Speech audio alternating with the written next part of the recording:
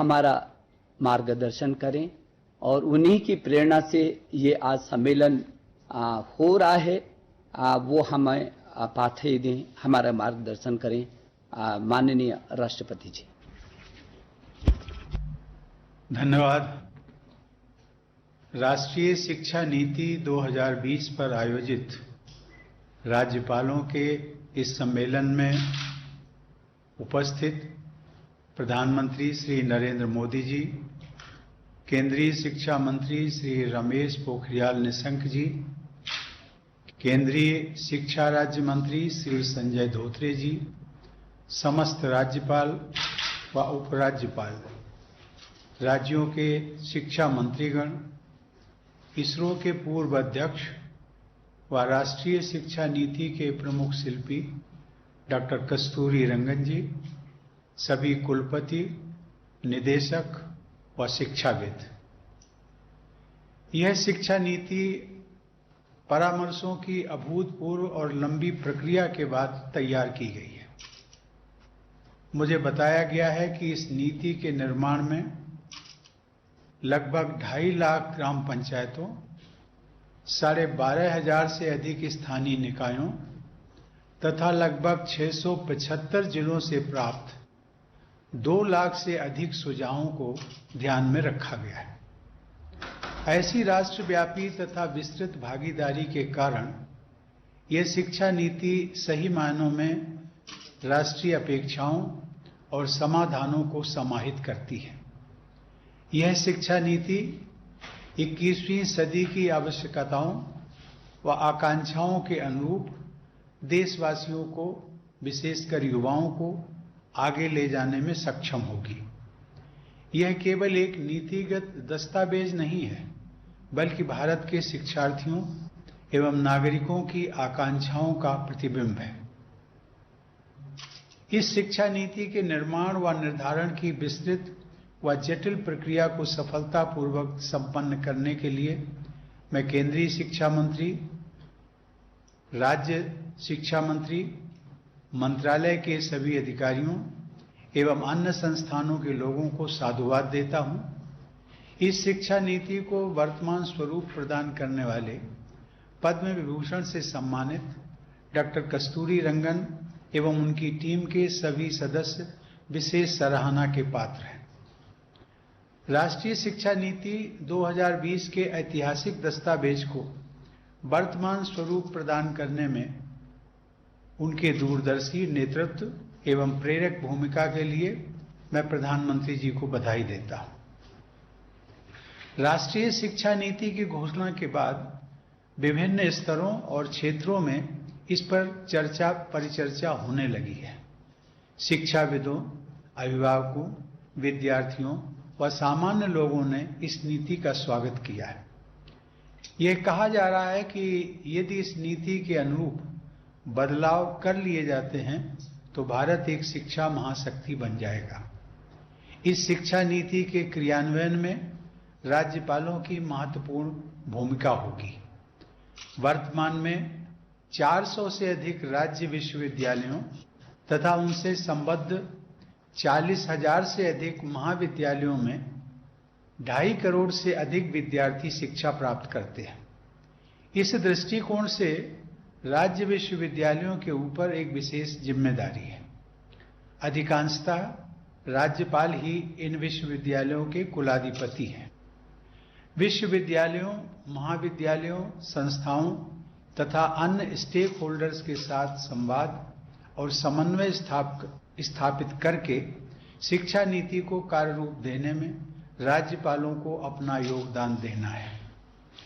मुझे बताया गया है कि कुछ राज्यों ने वर्चुअल सम्मेलन आदि के माध्यम से शिक्षा नीति के क्रियान्वयन की दिशा में परामर्श प्रारंभ भी कर दिया है। ऐसे सभी प्रयास सराहनीय हैं। सामाजिक न्याय और व्यक्तिगत उन्नति का सबसे प्रभावी माध्यम शिक्षा होती है। समाज के भविष्य को बेहतर बनाने के लिए शिक्षा में निवेश करने से बेहतर अन्य कोई निवेश नहीं हो सकता। 1968 की शिक्षा नीति से लेकर इस शिक्षा नीति तक एक स्वर से निरंतर यह स्पष्ट किया गया है कि केंद्र व राज्य सरकारों को मिलकर सार्वजनिक शिक्षा के क्षेत्र में जीडीपी के 6% निवेश का लक्ष्य रखना चाहिए। 2020 की इस शिक्षा नीति में इस लक्ष्य तक शीघ्रता से पहुंचने की अनुशंसा की गई है।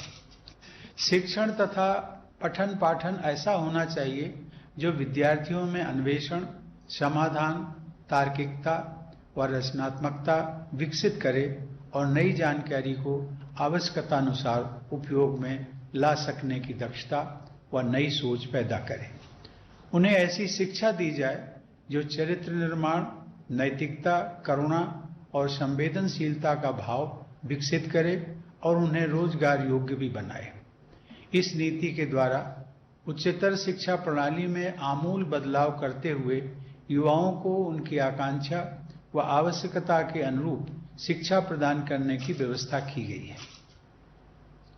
इस शिक्षा नीति में यह स्पष्ट किया गया है कि सार्वजनिक शिक्षा प्रणाली ही जीवंत लोकतांत्रिक समाज का आधार होती है।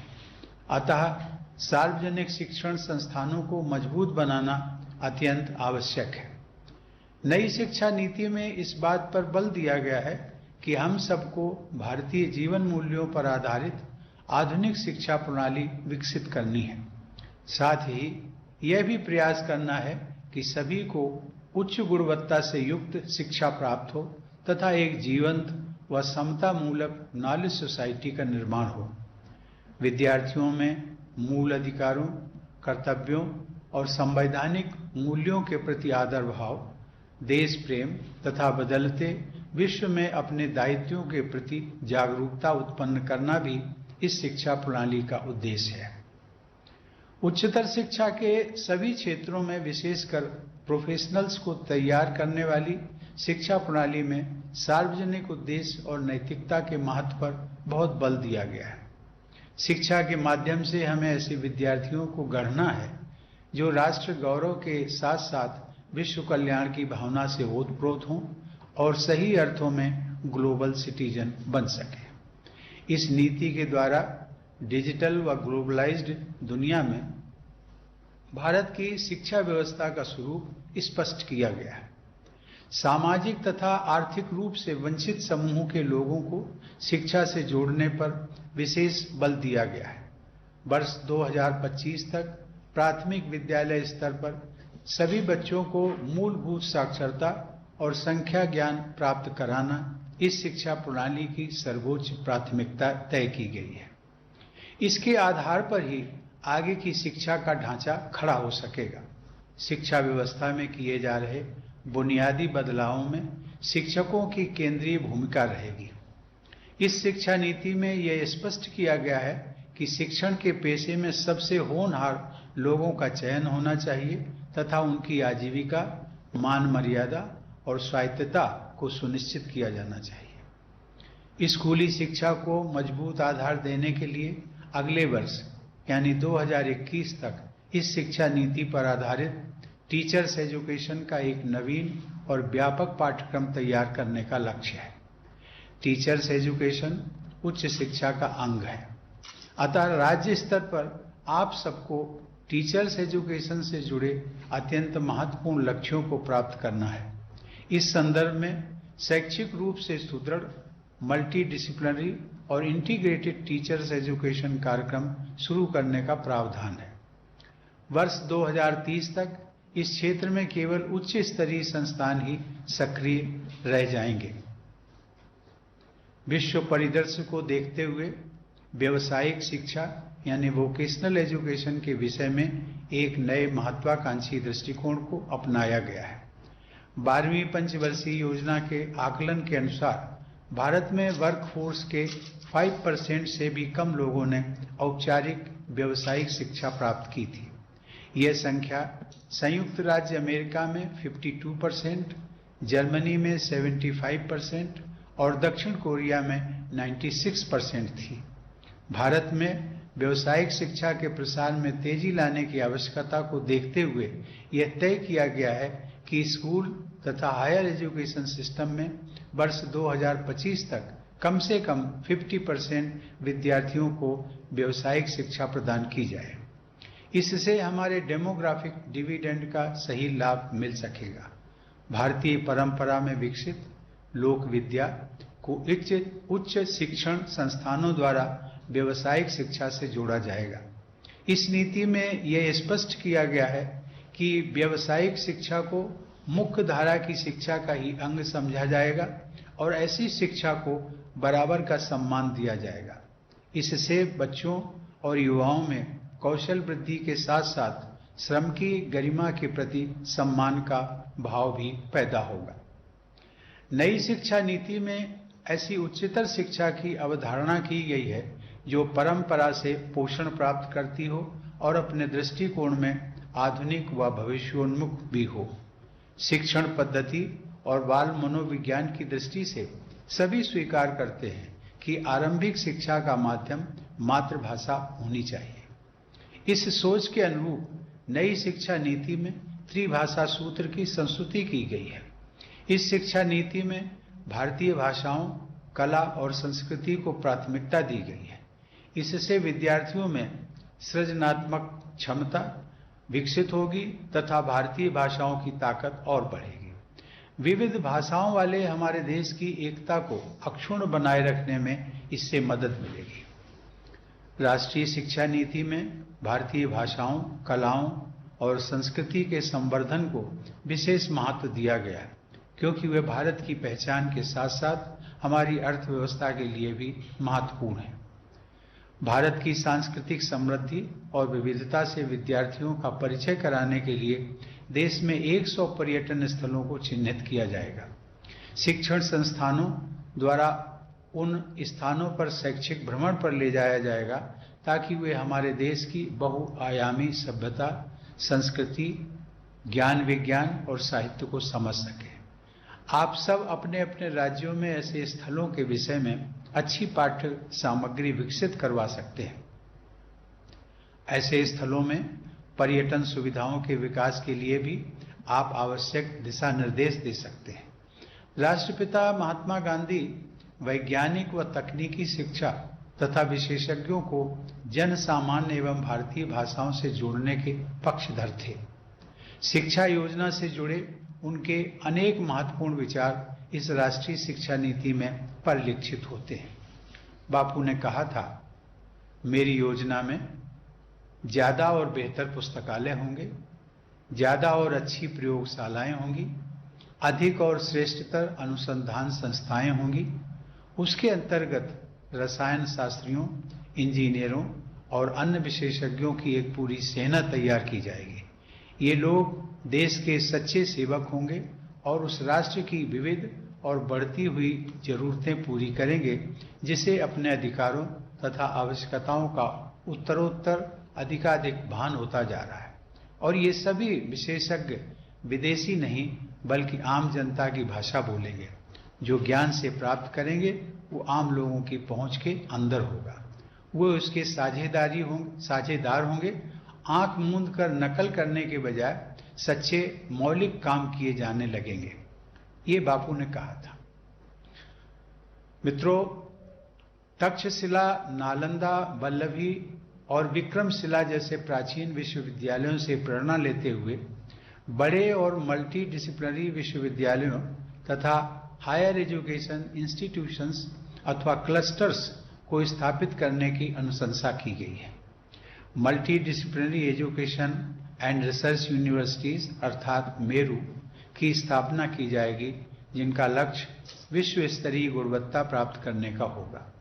इससे देश के हर हिस्से में बहुमुखी प्रतिभा वाले योग्य और रचनाशील युवाओं का विकास हो सकेगा। ऐसे प्रयासों से भारत में अंतर्राष्ट्रीय छात्रों की संख्या बढ़ेगी। भारत को एक ग्लोबल स्टडी डेस्टिनेशन के रूप में विकसित किया जाएगा, जहां कम खर्च पर उत्कृष्ट शिक्षा उपलब्ध होगी। अच्छा प्रदर्शन करने वाले भारतीय विश्वविद्यालयों को अन्य देशों में परिसर स्थापित करने के लिए प्रोत्साहित किया जाएगा। साथ ही दुनिया के शीर्ष विश्वविद्यालयों को भारत में आकर शिक्षा प्रदान करने की अनुमति दी जाएगी। वंचित क्षेत्रों में उच्च शिक्षा के लिए वर्ष 2030 तक प्रत्येक जिले में या उसके समीप कम से कम एक बड़ा मल्टीडिसिप्लिनरी हायर एजुकेशन इंस्टीट्यूशन उपलब्ध कराने का लक्ष्य है। इसके लिए राज्य स्तर पर अनेक कदम उठाए जाने होंगे। एस्पिरेशनल डिस्ट्रिक्ट्स तथा स्पेशल एजुकेशनल जोन्स में गुणवत्तापूर्ण उच्च शिक्षण संस्थानों की स्थापना की जानी है। यह सामाजिक तथा आर्थिक रूप से वंचित समूहों के हित में एक महत्वपूर्ण कदम होगा। ऑनलाइन और डिजिटल शिक्षा के लिए टेक्नोलॉजी का उपयोग करके शिक्षा को सर्वसुलभ बनाने का प्रयास किया जाएगा। नई शिक्षा नीति में पहुंच, अवसर और गुणवत्ता के अलावा शिक्षा के क्षेत्र में जवाबदेही भी तय की गई है। साथ ही यह नीति शिक्षण संस्थानों और शिक्षकों को अधिक स्वायत्तता देने की संस्तुति करती है। यह देखा गया है कि रिसर्च और इनोवेशन में निवेश का स्तर अमेरिका में जीडीपी का 2.8%, दक्षिण कोरिया में 4.2% और इजराइल में 4.3% है, जबकि भारत में यह केवल 0.7% है।